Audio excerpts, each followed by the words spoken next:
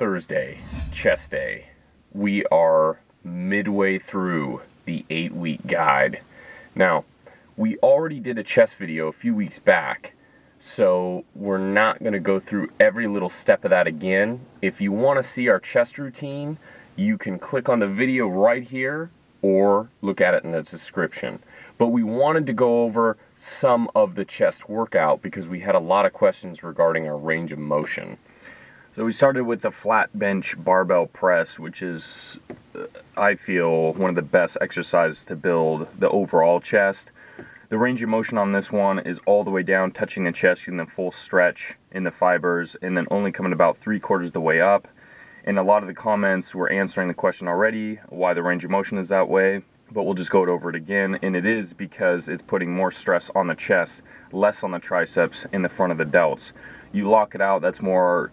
It's, I guess, better form if you're doing more of a powerlifting thing because you want to get the full stretch, the full touch at the bottom, the full lock out the top to be a complete lift. But for us, we're just trying to stretch the chest and make sure we develop that the full chest throughout that range of motion and take out the triceps and the front delts. Next on was the barbell incline press, which is focusing more on the clavicular portion of the chest, or the fibers of the chest, which is the upper portion. And same kind of range of motion, really just trying to put the stress on the chest. And then we moved on to Dumbbell Flyes, which is isolating the chest, really concentrate on the stretch on this one, come all the way down, really feel like it's pulling those fibers, trying to keep the shoulders relaxed and not pronate too much. And coming about 10 to 12 inches apart at the top to keep that stress right on the chest so it doesn't relax the top position. Right next to dips, we did weighted dips on this one. Again, focusing on the stretch as much as you can, not complete lockout, not trying to hit the triceps on this one. And since we did all these stretching movements, more of the kind of widening the chest or even focusing on the stretch, we go on to the cable crossovers, which is focusing on the lockout. So we're crossing over, getting all those fibers in the middle of the chest, really trying to pull out some of the definition in that line that separates the chest.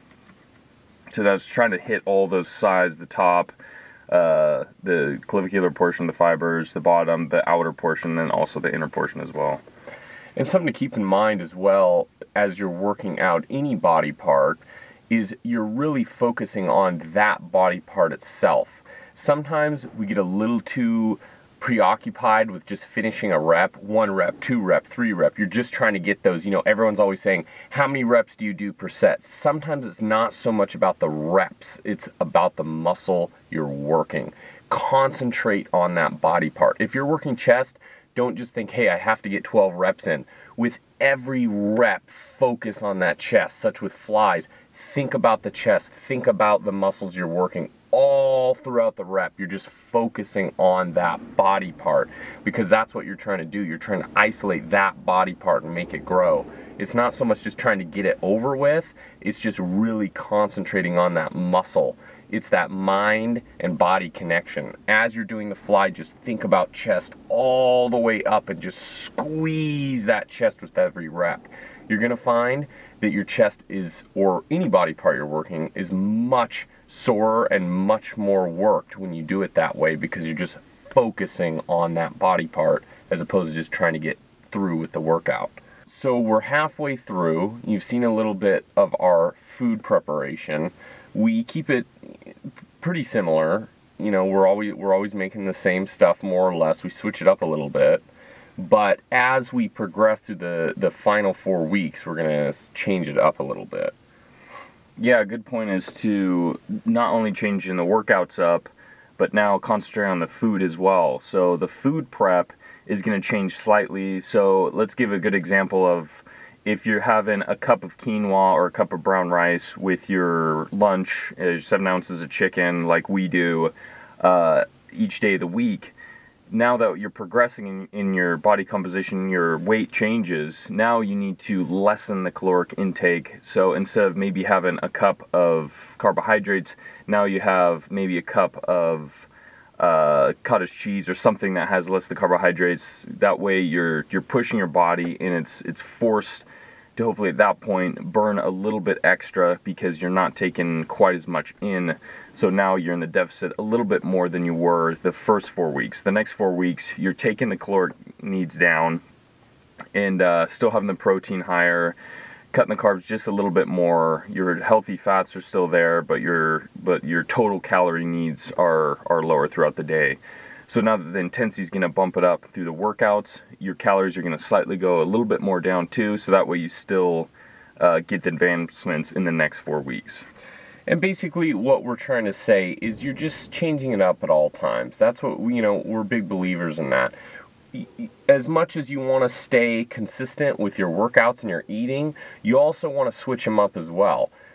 You just got to, when a lot of times people say they're not seeing any difference or changes in their body, it's just because they're doing the same thing over and over and over. If you really want to see that change, and for instance, your goal is to get lean, you want to lessen your calorie intake a little bit and up the intensity of your workouts, which we're going to start to do. That way your body is always just getting the full benefit of everything you're putting into it. Yeah, I mean, a good quote is, or not necessarily a quote, but a good kind of thing to live by is remembering the definition of insanity is doing the same thing over and over again and expecting different results. So if you do the same thing over and over again and expect different results, even either it be through fitness or food or anything, and then expect some change, then you're going to go insane and you're going to quit because nothing happens different. So you always got to switch it up. And it's all about finding what works for you. Once again, everyone's going to be a little bit different. Look at WD-40, okay? It took that guy 40 times to get it right before he finally found the right, everything came together and he made his mix. It's the same thing with your body. It may work on the first time, but it may not work on the first time.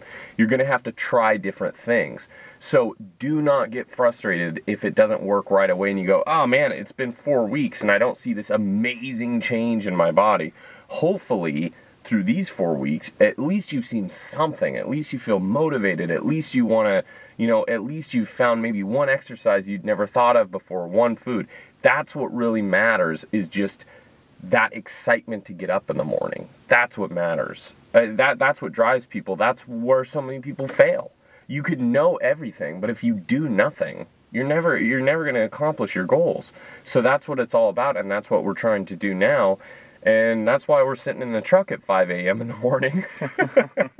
Get ready to get in the gym, all right? It's not maybe the on the top of our list, but it's getting in here and doing it that matters, and that's what it takes at the end of the day. And you feel really good afterwards. Exactly. I mean, you might not feel good at first, and you might be tired and want to hit the snooze button, but after you get it done, you're so thankful you have, because then you can look in the mirror and look at yourself and be proud of what you did. Show me one person that you may have to drag them kicking and screaming to the gym, but show me one person that's been out of shape after the gym. Okay, they're going to be happy and they're just going to go, oh man, I did not want to do that, but I'm so happy I did. And that's really what it boils down to. Your body is fighting you the whole time and your mind is fighting you. But when it's all said and done, it agrees with you every time. Man, I'm glad we did it. And that's what it's all about. Keeping it consistent, staying motivated, and switching it up.